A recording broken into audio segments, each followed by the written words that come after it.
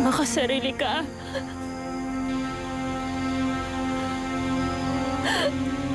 Ang damot-damot mo.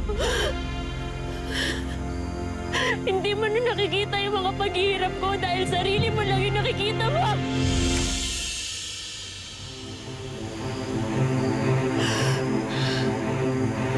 Sana maranasan mo lahat ng nararamdaman ko ngayon.